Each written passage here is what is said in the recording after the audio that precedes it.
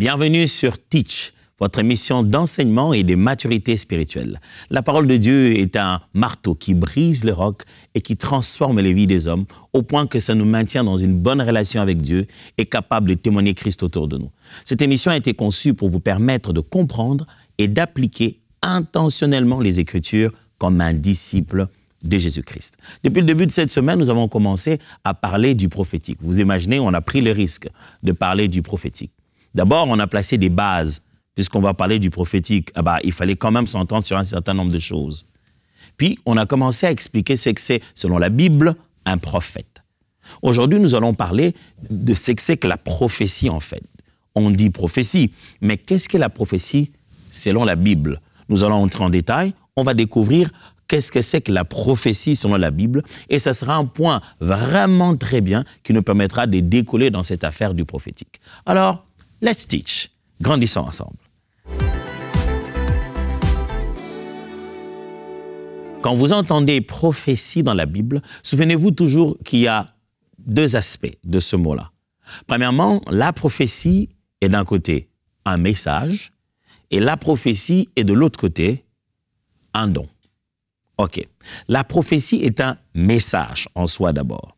C'est un message divin visant à tenir les hommes au courant de la pensée de Dieu et de ses sentiments pour le monde entier, pour une situation particulière, pour un individu. La prophétie, c'est ce message qui vient révéler le cœur de Dieu, qui vient faire savoir aux hommes ce que Dieu pense, ce que Dieu ressent, quelles sont les intentions, les sentiments, les pensées, la volonté de Dieu. La prophétie est donc ce message. Mais la prophétie n'est pas seulement ce message inspiré, ce message divin. C'est ce message où Dieu veut faire connaître ce qui est en lui, et ce qui est dans sa pensée, dans son cœur, dans sa volonté. La prophétie, c'est aussi un don. Dans la Bible, lorsqu'on dit prophétie, on fait aussi référence à un don de prophétie. C'est un don spirituel accordé par le Saint-Esprit aux croyants pour édifier, corriger et encourager les autres. Quand quelqu'un a un don de prophétie, il est là pour encourager, édifier, corriger les autres selon la parole de Dieu et l'inspiration du Saint-Esprit. Donc, il y a ce qu'on appelle un don de prophétie parce que cette personne reçoit, parmi tant d'autres, un message de prophétie. Quelqu'un peut recevoir un message de prophétie sans que ça soit nécessairement par un don de prophétie.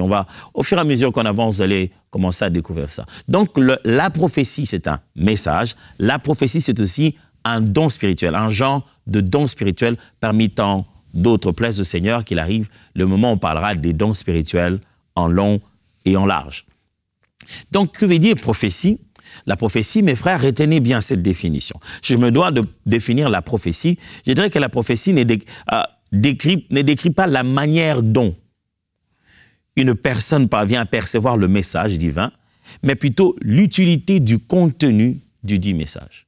Quand on dit prophétie, ne pensez pas au canal, à la manière dont la personne a reçu le message qu'il doit donner. On ne reçoit pas par prophétie, on reçoit une prophétie. C'est le contenu qui fait de cela une prophétie, non pas la manière dont vous avez reçu cela. Ce qui signifie que le contenu est prophétie, même si la manière est vision, songe, voix audible, voix profonde, une conviction intérieure, une sensation. Les moyens par lesquels Dieu s'est exprimé ne constituent pas la prophétie. C'est le message. Vous n'avez qu'à rentrer dans la première émission de Teach où j'ai pris le temps de parler d'écouter Dieu. Alors, je me souviens bien que j'ai eu le temps d'expliquer un tout petit peu cela. Mais qu'à cela ne tienne, laissez-moi commenter un peu là-dessus. Lorsqu'on parle ici de canaux de la manifestation, de la révélation de la pensée de Dieu, c'est différent du message lui-même. Le langage de Dieu est différent du message de Dieu. OK, je vous envoie un SMS. L'SMS est un langage. Mais il y a quoi dedans? Je dois avoir écrit quelque chose. C'est ce que j'ai écrit par SMS qui est le message. L'SMS, c'est le moyen par lequel je l'envoie. Le WhatsApp est le moyen par lequel je l'envoie. Je vous écris une lettre. La lettre est le moyen. La lettre n'est pas le message. C'est ce qui est écrit dans la lettre, le contenu de la lettre qui est le message. Donc, la prophétie, c'est le contenu et non la voie par laquelle le message nous est parvenu. Quand quelqu'un a reçu une vision, ça ne signifie pas toujours que c'est une prophétie. Ça peut être aussi une parole de connaissance, ça peut être aussi une parole de sagesse, ça peut être aussi une manifestation d'un don de puissance pour une guérison quelconque. Donc, ne dites plus que vous avez la prophétie est un moyen, mais dites plutôt que la prophétie est le message, le contenu. Alors, je vais lire avec vous 2 Pierre. 2 Pierre, chapitre 1, versets 20 à 21. 2 Pierre, chapitre 1, 20 à 21. Sachant tout d'abord, vous-même, qu'aucune prophétie de l'Écriture ne peut être un objet d'interprétation particulière, car ce n'est pas par une volonté d'homme qu'une prophétie a jamais été apportée, mais c'est poussé par le Saint-Esprit que les hommes ont parlé de la part de Dieu. Je vais lire encore d'autres passages bibliques, et tous ces passages vont nous conduire à arriver à un seul résumé. Donc, restez avec moi dans toutes ces lectures. Je vais arriver finalement à partager avec vous les caractéristiques de la prophétie biblique. Parce qu'il est question de comprendre qu'est-ce que c'est qu'une prophétie. Soit-elle un message, soit-elle venue à travers un don de prophétie, mais on doit comprendre une prophétie. Alors, on a commencé par lire d'abord 1 Pierre, la Bible, 2 Pierre plutôt tout à l'heure, la Bible dit qu'aucune prophétie n'est censée être l'objet d'une interprétation particulière d'un être humain, c'est plutôt poussé par le Saint-Esprit que les hommes ont parlé de la part de Dieu. Lisons. 1 Thessaloniciens, chapitre 5, versets 20 à 22. Ne méprisez pas les prophéties, mais examinez toutes choses, retenez ce qui est bon, abstenez-vous de toute espèce de mal. Paul est en train de parler aux Thessaloniciens. Les prophéties, ça existe. Les gens font des excès, oui. Mais quelle est la recommandation biblique? Ce n'est pas, les prophéties n'existent pas, oubliez cette affaire, non. La recommandation biblique est celle-ci, ne méprisez pas les prophéties. Quelle est la recommandation biblique? La recommandation biblique est, ne méprisez pas les prophéties, mais examinez toutes choses. Et puis, retenez ce qui est bon. C'est-à-dire qu'à un moment, après avoir fait l'examen de tout, de façon générale, y compris la prophétie, retenez ce qui est bon. Habakkuk, chapitre 2, versets 2 à 3. Vous en faites pas, je vais arriver à conclure à travers ces passages bibliques 7 caractéristiques d'une prophétie. Habakkuk, chapitre 2, versets 2 à 3. L'Éternel m'adressa la parole et il dit, écris la prophétie, grave-la sur des tables, afin qu'on la lise couramment. Car c'est une prophétie dont le temps est déjà fixé. Elle marche vers son terme. Et elle ne mentira pas. Si elle tarde, attends-la, car elle s'accomplira certainement. Dieu parle à Habakkuk qui lui dit, tu vois la parole que je te donne, meilleure façon de faire pour ça, écris. Garde ça quelque part et sache qu'il y a un temps pour ça. Il y a un temps pour l'écrire maintenant, il y aura un temps pour attendre, mais il y aura un temps où ça va s'accomplir, parce que c'est une prophétie. On va lire un long texte, 1 Corinthiens chapitre 14. Versets 10 à 19. 1 Corinthiens 14, 10 à 19. Il existe dans le monde un grand nombre de langues différentes, dont aucune n'est dépourvue de sens. Ça, c'est Paul qui est en train d'expliquer le parler en langue et le don de prophétie. Mais si j'ignore le sens des mots utilisés par mon interlocuteur, je serai un étranger pour lui. Et lui, de même, le sera pour moi. Vous donc, puisque vous aspirez si ardemment aux manifestations de l'Esprit, recherchez avant tout à posséder en abondance celles qui contribuent à faire grandir l'Église dans la foi. Voilà. Paul dit, si vous devez chercher des dons, cherchez les dons qui permettent à l'Église de grandir. C'est pourquoi celui qui parle en langue inconnue doit demander à Dieu de lui donner de traduire ce qu'il dit en langue compréhensible. Car si je prie en langue inconnue, mon esprit est en prière, mais mon intelligence n'intervient pas. Que ferai-je donc? Je prierai avec mon esprit, mais je prierai aussi avec mon intelligence. Je chanterai de louanges de Dieu avec mon esprit, mais je chanterai aussi avec mon intelligence. Autrement, si tu remercies le Seigneur uniquement avec ton esprit, comment l'auditeur non averti, assis dans l'assemblée, pourrait-il répondre « Amen » à ta prière de reconnaissance, puisqu'il ne comprend pas ce que tu dis? Ta prière de reconnaissance a beau être sublime, l'autre ne grandit pas dans sa foi. Je remercie Dieu de ce que je parle en langue inconnue plus que vous tous. Cependant, lors des réunions de l'Église, je préfère dire seulement 5 paroles compréhensibles pour instruire aussi les autres, plutôt que 1000 mots dans une langue inconnue. Paul est en train de montrer l'importance ici que lorsqu'on veut élever la voix dans l'assemblée, quand on est en réunion de l'Église, qu'il est plus préférable de dire des choses dans une langue que les autres comprennent que de rester là à parler en langue inconnue, surtout à haute voix, et le faire entendre au milieu de l'assemblée comme si on captait l'attention de tout le monde. Un dernier texte, 1 Corinthiens toujours, chapitre 14 toujours. Maintenant, on prend le verset 26 à 33. 1 Corinthiens 14, 26 à 33. Que faire donc, frères, lorsque vous vous assemblez? Les uns ou les autres parmi vous ont-ils un cantique, une instruction, une révélation, une langue, une interprétation, que tout se fasse pour l'édification? En est-il qui parle en langue? Que 2 ou 3 ou plus parlent, chacun à son tour, et que quelqu'un interprète. S'il n'y a point d'interprète, qu'on se taise dans l'Église et qu'on parle à soi-même et à Dieu. Pour ce qui est des prophètes, que 2 ou 3 parlent et que les autres jugent. Et si un autre qui est assis à une révélation, que le premier se taise. Car vous pouvez tous prophétiser successivement, afin que tous soient instruits et que tous soient exhortés. Les esprits de prophètes sont soumis aux prophètes. Car Dieu n'est pas un Dieu de désordre, mais de paix, comme dans toutes les églises des saints. Laissez-moi vous parler, justement, puisqu'on parle de la prophétie ici, laissez-moi vous parler de quelques éléments que je rassemblais. J'ai appelé ça 7 caractéristiques de la prophétie. Premièrement, vous devez savoir, frères et sœurs, que la prophétie doit être, premièrement, inspirée par Dieu. Si ça s'appelle une prophétie, c'est que c'est Dieu qui l'a inspirée. Le texte a dit dans 2 Pierre, aucune prophétie n'est l'objet d'une interprétation particulière de l'homme. Toute prophétie a été inspirée par Dieu. Sachez que c'est inspiré par Dieu que les hommes ont parlé de sa part. La prophétie, elle s'appelle prophétie parce qu'elle est inspirée par Dieu. Pas parce que la personne qui est en train de parler a appelé sa prophétie. C'est pas parce qu'il me dit, écoute, je veux te donner une prophétie que c'est une prophétie. Non.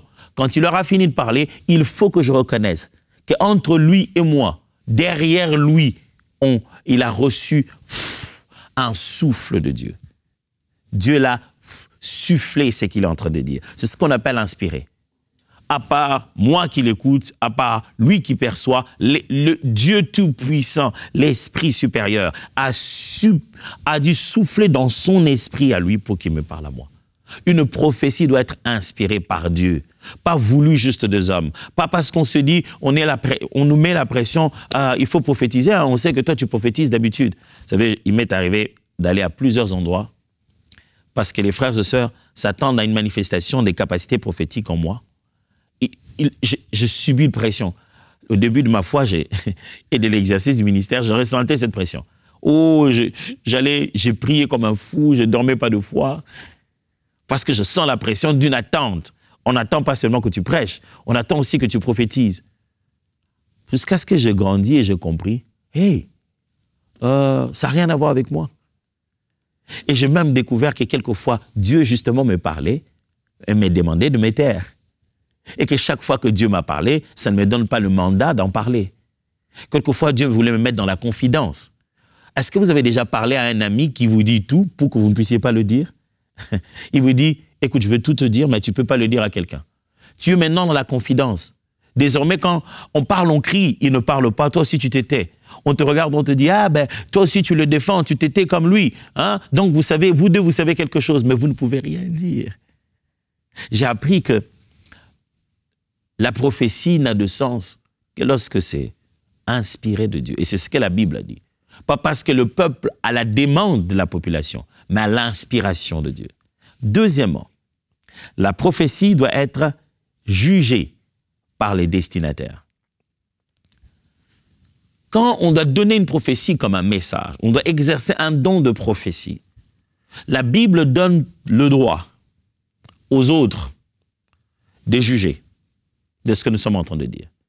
N'est-ce pas que je vous ai lu Thessaloniciens en train de dire, ne méprisez pas les prophéties, mais examinez toutes choses. Corinthiens dit, lorsque l'un prophétise, 2, 3 prophétisent, que les autres jugent. Juge, mon frère, juge. Juger. C'est pas moi, la Bible utilise le verbe juger sur une inspiration divine. Le verbe examiner sur une inspiration divine. Des fois, je vois les gens prendre tellement de pouvoir à travers la prophétie. Quand il parle et qu'il a parlé de la prophétie, il est un tout petit peu devenu Dieu lui-même. Moi, je parle de la part de Dieu. Toi, tu doutes de ma prophétie? Calmons-nous, mon frère. La Bible me donne le droit, après t'avoir écouté, merci, d'examiner ce que tu viens de dire. Et même plus, de juger ce que tu viens de dire. Si ça s'appelle une prophétie, après que tu aies déposé comme un facteur, tu as livré le message, c'est fini. C'est fini. Ce n'est pas à toi. Vous savez, des fois, des gens qui donnent des messages prophétiques s'accrochent à ces messages pour faire pression à ceux qui sont en train de les écouter. C'est juste pour se tirer une petite gloriole, pour qu'on puisse dire, voilà, il avait donné son message, ça s'est accompli comme ça. Mais vous savez, si vous étiez comme Ésaïe, qui dit des milliers d'années avant que la Vierge sera enceinte, qu'elle enfantera un enfant qu'on appellera Emmanuel, pendant autant de milliers d'années, ça ne s'est pas accompli, jusqu'à ce que ça s'accomplisse un jour, quelque part à Nazareth. Eh bien, vous n'avez pas envie de faire de poursuite de votre prophétie. C'est pour cette raison que les gens préfèrent de nos jours à donner des messages prophétiques circonstanciels pour des besoins. Et les messages prophétiques sont devenus plus de la sucrerie. Hein? On est en train de donner des gens des choses qu'ils ont envie d'écouter. Parce que si vous devez parler de la part de Dieu, mes frères, vous devez savoir que quelquefois vous déposez seulement et vous partez. Et ce que vous avez dit de Dieu, sachez que ça ne va pas plaire toujours aux gens. Il y a des gens qui se fâchent sur ce que tu as dit. Ce n'est pas parce que c'est Dieu que les gens seront contents. Je me souviendrai un jour, je suis allé prier quelque part dans une famille et je devais leur annoncer une très mauvaise nouvelle après ma prière. Je suis allé prier pour un des parents et pendant que j'avais mes yeux fermés et que je priais, le Seigneur m'a parlé, il a dit à Thomas, c'est pas comme ça que tu dois prier pour lui. Prie plutôt comme ça parce qu'il doit s'en aller. J'ai fait ma prière, j'ai fini, je suis sorti de là. Alors, la personne qui m'avait amené, qui m'avait donc invité pour venir prier pour son parent, et pendant qu'on partait, j'ai dit, écoute, je dois te dire la vérité. C'est difficile à te le dire, mais je dois te dire la vérité. Préparez-vous, ce qui va se passer, c'est qu'il va mieux se sentir subitement et il va rentrer à la maison. Mais il mourra à la maison. Quand il sera à la maison, il va aller en paix. Ne considère pas qu'il est tué. Dieu prend, Dieu le récupère. Le Seigneur dit que son temps est terminé. Si vous pouvez faire une chose pour lui, parle-lui de Christ. Traitez-les avec amour parce que le temps du Seigneur est arrivé. Tout ceci ça prendra pas plus d'une semaine. Il va juste se sentir bien brusquement, il va rentrer à la maison, il sera parti. Je prends ce message et dépose. Mon frère, c'est pas tout le monde qui est content avec ce genre de message. Il dit, oh non, vraiment, faut dire à Dieu non. Quelqu'un peut réagir comme ça. Il dit, va dire à Dieu que je suis pas d'accord. Tu fais quoi? Alors, sache que nous sommes que des porteurs d'un message. Et les autres ont droit de les juger. Ils ont droit de nous dire, je n'ai pas compris.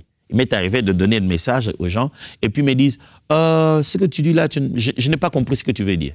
J'ai dit, non, c'est pas grave. J'évolue et jusqu'à ce que petit à petit, la compréhension va lui venir. Sachez-le que quand on prophétise, ceux qui nous écoutent ne sont pas condamnés. Ils ont aussi l'Esprit de Dieu, surtout s'ils sont chrétiens. Ils sont capables d'examiner ce qu'on va dire, ils seront capables de retenir une partie et ils seront même capables de juger ce qu'on est en train de dire. Troisième caractéristique, la prophétie doit être exécutée en ordre. Je vous ai lu 1 Corinthiens tout à l'heure. Paul insiste. Ce n'est pas parce qu'on est en train de prophétiser que c'est l'Esprit de Dieu que ça doit se faire en désordre. 1, 2, 3 prophétisent d'abord et les autres jugent à tour de rôle. Il dit, l'un prophétise et quand celui qui est assis à la parole, celui qui est debout peut s'asseoir, celui qui est assis, qui a une nouvelle parole à présenter, une révélation, prophétise. Une prophétie est synonyme d'ordre, pas de désordre. Une manifestation prophétique est synonyme d'ordre. Ça veut dire que ça va commencer avec, peut-être les gens sont peut-être sous le bouillonnement de l'esprit. Allez, les termes, il y en a de plus en plus. Mais après, lorsqu'on commence à exercer le don, L'ordre doit prévaloir parce que l'ordre est le seul moyen d'atteindre l'édification des manifestations prophétiques. On atteindrait mieux l'édification si les manifestations sont ordonnées. Une prophétie donc est exécutée en ordre. Quatrièmement, une prophétie doit être sous le contrôle du prophète. Si ça s'appelle une prophétie, mes amis, vous ne devenez pas médium, vous ne devenez pas inconscient. Paul l'a dit, je le lis avec vous dans 1 Corinthiens 14.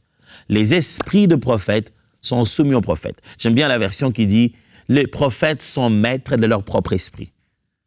C'est-à-dire, quand quelqu'un est en train de prophétiser, il est encore capable de se taire. Ce n'est pas comme s'il a ouvert la bouche comme ça. Dieu ne fait que parler à travers lui. Non, non, non. Le Seigneur passe par son intelligence, souvenez-vous. C'est seulement au moment où on parle en langue que l'intelligence est stérile. L'Éternel passe par son intelligence. C'est pourquoi, de fois, dans son langage, il va commettre les mêmes fautes de français qu'il commet, les mêmes fautes des langues peut-être. Il va dire la papa. Ce n'est pas Dieu qui dit la papa. Dieu souffle le message et le vocabulaire de cette personne va parler. Donc, la prophétie doit être sous le contrôle du prophète. Ne donnez pas l'impression que vous avez reçu un message, vous ne pouvez plus vous retenir, ce n'est plus possible. Je ne peux pas me retenir. Pendant que lui, il parle, si je ne parle pas, ça va s'en aller. C'est quoi ça? C'est Dieu qui parle à ton esprit.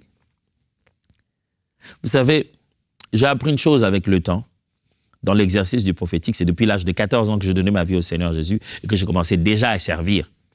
À cet âge-là, 15-16, je commençais déjà à être vraiment actif dans l'œuvre de Dieu. Et les choses dont je vous parle ne sont pas d'hier. Maintenant que je suis père de 4 enfants et j'ai commencé à avoir quelques barbes blanches quelque part ici. J'ai passé toute ma vie à l'église. Alors, toute ma vie à l'église et dans l'œuvre de Dieu. Et j'en ai vu de toutes les couleurs. Peut-être c'est pas fini, je crois qu'il y a encore des couleurs à vivre. Mais j'en ai vu de toutes les couleurs. Où, des fois, les gens vous donnent l'impression que quand ils prophétisent, ce sont plus eux, ce sont plus elles, quoi. Les personnes ne sont plus là. C'est-à-dire que c'est Dieu, c'est comme du médium, un esprit s'est saisi de lui, il a prophétisé, et puis après, il s'est ressaisi, il dit, je ne sais pas qu'est-ce qui se passait ici. La Bible dit plutôt que lorsque le prophète prophétise, son esprit est maître de lui-même. Il est maître de ce qui est en train de se passer. Dieu aimerait vous utiliser, aimerait passer par vous. Il n'aimerait pas vous faire disparaître et vous rendre inconscient. Il ne reste plus qu'à tourner la couleur de vos yeux. Vous savez, la partie noire disparaît et vous êtes comme dans un film hollywoodien et vous montez comme ça. Et puis bam, vos yeux deviennent rouges. Ainsi parle l'Éternel. Allez, mes amis, la simplicité de Christ, la simplicité des choses de Dieu. Nous ne sommes que des simples instruments que le Seigneur utilise. On perçoit quelque chose, on reçoit quelque chose, on peut contrôler ça. 5e caractéristique de la prophétie. La prophétie doit se faire dans un langage intelligible. Quand Dieu nous parle, il utilise des langages assez complexes avec nous. Dieu nous parle, chacun les images ou les formes de messages qui nous parviennent peuvent être très complexes. Mais quand ça s'appelle prophétie, quand vous avez la responsabilité de communiquer, vous avez la responsabilité, vous, de rendre ça compréhensible. Pourquoi? Parce que Paul est en train de comparer parler en langue et prophétie. Et il dit que la prophétie est mieux en matière d'édification dans l'assemblée que le parler en langue, pour la simple raison que la prophétie, elle, c'est parler aux hommes dans la langue qu'ils comprennent. Pendant que le parler en langue ici, c'est dans des langues inconnues que les gens ne comprennent pas. De ce point de vue, dans une réunion, on atteint mieux l'édification parce qu'on parle dans une langue que tout le monde comprend, au lieu de commencer à parler dans une langue inconnue. Alors, si même la prophétie n'est plus dans une langue qu'on puisse comprendre, pourquoi ça s'appelle prophétie alors? La prophétie est censée être dans une langue intelligible. Elle est censée être compréhensible. On est censé le dire dans un langage que les autres comprennent. Ne présentez pas, des fois, vous savez, la prophétie peut être très, très poétique, elle peut avoir mais ça doit être, on doit te comprendre. Des fois, les gens, ils donnent une prophétie qui l'entrecoupent par des alléluia, qui l'entrecoupent par des sensations. Oh, le Seigneur m'a dit alléluia, oh, alléluia, oh, Dieu me parle, alléluia, le Seigneur a dit bientôt alléluia, oh, alléluia, Seigneur, je sais, oh, Père, merci pour tout ce que tu dis, alléluia, Dieu m'a dit, oh, mon frère, Dieu t'a dit, toi-même tu pries, en même temps, dans la même prophétie, tu pries, tu chantes. Ouh, ça devient difficile. Le but de la prophétie, c'est que ça soit compréhensible dans un langage intelligible. Troisième caractéristique de la prophétie, j'ai déjà lu aussi tout ça dans les différents textes que j'ai lus au début, c'est que la prophétie doit être toujours source d'édification. Paul dit, est-ce que quelqu'un a une révélation, quelqu'un a une langue, quelqu'un a une interprétation, quelqu'un a une prophétie, hein, que tout ça sert à l'édification. Édifier ne signifie pas plaire. Voilà, c'est ça le but. On doit bien comprendre ça. Quand on dit édifier, ça ne signifie pas seulement que c'est pour plaire, pour que les gens se sentent bien. Non, ça veut simplement dire pour bâtir. Ça doit construire, ça doit permettre à l'Église de grandir, ça doit permettre à la personne qui reçoit de mûrir dans sa relation avec Dieu. Ça ne veut pas simplement dire qu'il va t'acclamer, ça ne veut pas simplement dire que c'est pour ses poches pour qu'ils disent Alléluia. Ça peut l'énerver, mais ça doit le rendre meilleur. Quand vous êtes en train de bâtir la vie d'un enfant, quelquefois ça lui fait mal parce que c'est une piqûre, quelquefois il ne veut pas le faire, mais c'est pour son bonheur. La prophétie est là pour édifier. La finalité, ce n'est pas la division. La finalité, ce n'est pas éloigner les gens. La finalité, c'est bâtir le corps de Christ et la bâtir comme l'édifice, comme une maison. C'est faire le travail de maçon, c'est faire de la maçonnerie en fait. C'est ça la prophétie. Vous êtes en train de placer des bases, vous mettez des choses pour faire grandir l'Église. Et enfin, la prophétie, septième caractéristique, la prophétie s'accomplit en son temps. La prophétie est toujours accomplie en son temps. C'est ce que le Seigneur a dit à Habakkuk. Écris-la, cette prophétie. Elle s'accomplira. Si c'est une prophétie, elle finira par s'accomplir. Ne vous en faites pas. Dans ma vie, j'ai donné des messages prophétiques, ouf, ou en sortant d'une salle, ou en sortant d'un endroit, où les gens me regardaient d'un œil. C'est dit, oh, le pauvre, depuis qu'il a dit ça, il n'y a toujours rien. Avant, je souffrais de ça. Je dis, Seigneur, fais quelque chose. Et puis, le Seigneur m'a dit, c'est moi qui ai parlé ou toi? J'ai dit, bon, Dieu, ils ont quand même entendu ma voix. Il faut qu'on... Et mon visage, hein, ils ont vu, et mon visage et ma voix. Il faut quand même qu'on tienne compte de ça. Mais le Seigneur m'a dit, c'est moi qui t'ai envoyé. Laisse-moi la responsabilité d'avoir gloire ou d'être insulté par les hommes s'il le faut. Et j'ai été très étonné. Et ça, j'ai compris ça après dans la Bible. Qu'en matière prophétique, c'est celui qui a la capacité de donner un message qui demande d'attendre, qui sera très respecté lorsqu'à la fin, le message s'accomplit. Parce qu'on aura jugé de son attitude pendant ce temps-là. Comment était-il? Comment se sentait-il? Avait-il pitié de lui-même ou avait-il pitié de Dieu? On se rend compte qu'il était calme, confiant, et le jour s'est accompli. Les gens crient de joie, mais lui, il est juste normal en se disant, ma joie, je l'avais déjà eue en donnant le message. Une prophétie, elle est censée s'accomplir, ça s'appelle une prophétie. Ça sait s'accomplir. Certes, il y a beaucoup à dire en matière d'accomplissement de prophétie. J'expliquerai ça peut-être les autres fois. Mais quand Dieu donne un message, le but, c'est qu'il puisse faire ce qu'il a dit qu'il va faire. Alors demain, on va continuer. On va commencer à prendre ensemble ce qu'on appelle les prophétiques maintenant. Et ça va être génial. Vous n'avez pas envie de manquer cela. Et n'hésitez pas à un moment donné, faites pause, retournez sur cette vidéo, regardez, écrivez, priez pendant que vous êtes en train d'écouter cela. Après avoir écouté ces choses, prenez-les quelque part, allez en retraite, priez. C'est comme ça que moi j'ai grandi. Quand j'ai pris toutes ces vérités, je suis allé seul, je priais, jeûnais, comprendre, les asseoir dans mon homme intérieur et boum, par la grâce de Dieu, ce qui devait arriver pour moi est arrivé. Et j'espère que cela va arriver aussi dans votre vie parce qu'on n'enseigne pas ces choses comme une théorie. On voudrait que les disciples de Christ soient efficaces dans l'exercice du ministère. Entre-temps, let's teach. Grandissons ensemble.